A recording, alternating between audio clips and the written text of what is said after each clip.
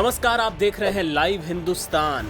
लोकसभा चुनाव के पहले चरण के लिए मतदान पूरा हो चुका है। अभी 6 चरण बाकी हैं। कुल 7 चरणों में चुनाव होने हैं लोकसभा के। लेकिन इस बीच एक सवाल जो रह रहकर उठ रहा है वो ये कि आखिर इंडिया गठबंधन ने अभी तक अपना एक कॉमन मिनिमम प्रोग्राम यानी कि न्यूनतम साझा कार्यक्रम जारी क्यों नहीं किया। कांग्रेस अपना घोषणा पत्र लेके आई, समाजवादी पार्टी अपना घोषणा पत्र लेके आई, तेजस्वी और लालू की आरजेडी ने भी अपना घोषणा पत्र जारी किया।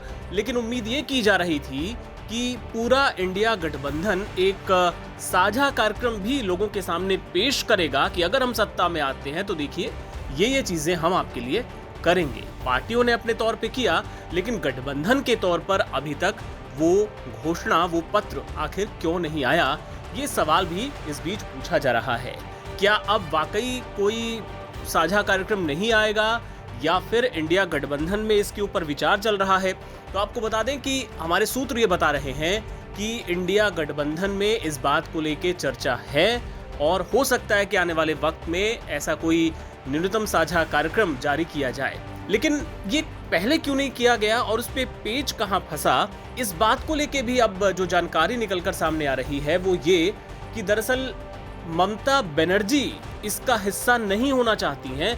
इस वजह से ये न्यूनतम साझा कार्यक्रम अब तक सामने नहीं आ पाया। ममता बनर्जी दरअसल जातिगत जनगणना, जो कि इंडिया के जो बाकी घटक दल हैं उनका आप कह सकते हैं कि सबसे बड़ा एक जो वादा है, राहुल गांधी अपनी हर सभा में इसका जिक्र करते हैं, अखिलेश यादव हर सभा में इसका जिक्र करना नहीं भूलते।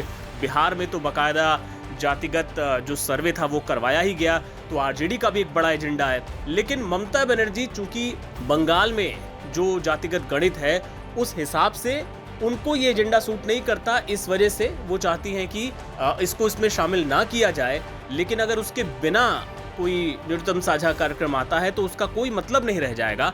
इस वजह से अभी तक ये जो साझा कार्यक्रम था ये अभी तक तैयार नहीं हो पाया है। इस बात को लेकर मंथन चल रहा है कि क्या टीएमसी के बिना बाकी जो दल हैं सब मिलजुल के एक ये साझा कार्यक्रम जारी कर दें। दूसरी तरफ ममता बनर्जी लगातार अपने चुनाव प्रचार के दौरान जो बातें कह रही हैं उस पर भी ध्यान देने की जरूरत है। ममता बनर्जी एक तरफ कहती है कि हम इंडिया गठबंधन का हिस्सा हैं, लेकिन चुनाव प्रचार के दौरान वो इस बात पे जोर देती हैं कि बंगाल में कोई इंडिया गठबंधन नहीं है, बंगाल में हम अकेले बीजेपी से लड़ रहे हैं, इंडिया गठबंधन दिल्ली में है, बाकी राज्यों में है। वो दरअसल ये नहीं चाहती, वो चाहती हैं कि जो बीजेपी का समर्थन करने वाले वोटर या जो ममता का एंटी वोटर है वो 2 हिस्सों में बंट जाए ताकि उसका फायदा उनको मिले। इस वजह से बंगाल में वो इंडिया गठबंधन की बात बिल्कुल नहीं करती और साथ ही वो जातिगत जनगणना वाली जो बात है, चूंकि ओबीसी वोटर बहुत कम है बंगाल में, ज्यादातर उसमें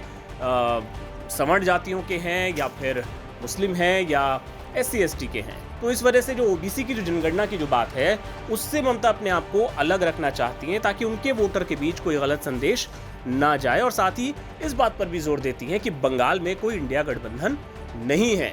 इस वजह से ये जो न्यूनतम साझा कार्यक्रम है इंडिया गठबंधन का वो फंसा हुआ है और अभी ये मंथन चल रहा है। देखना होगा कि क्या वाकई कोई कार्यक्रम लेके इंडिया गठबंधन के दल सामने आते हैं ताकि वोटरों को एक संदेश जाए कि हम एकजुट हैं और एक ऑल्टरनेटिव हम बीजेपी के बरक्स खड़ा करने की कोशिश कर रहे हैं। ऐसे ही और अपडेट्स के लिए, पॉलिटिकल एनालिसिस के लिए आप जुड़े रहिए लाइव हिंदुस्तान के साथ।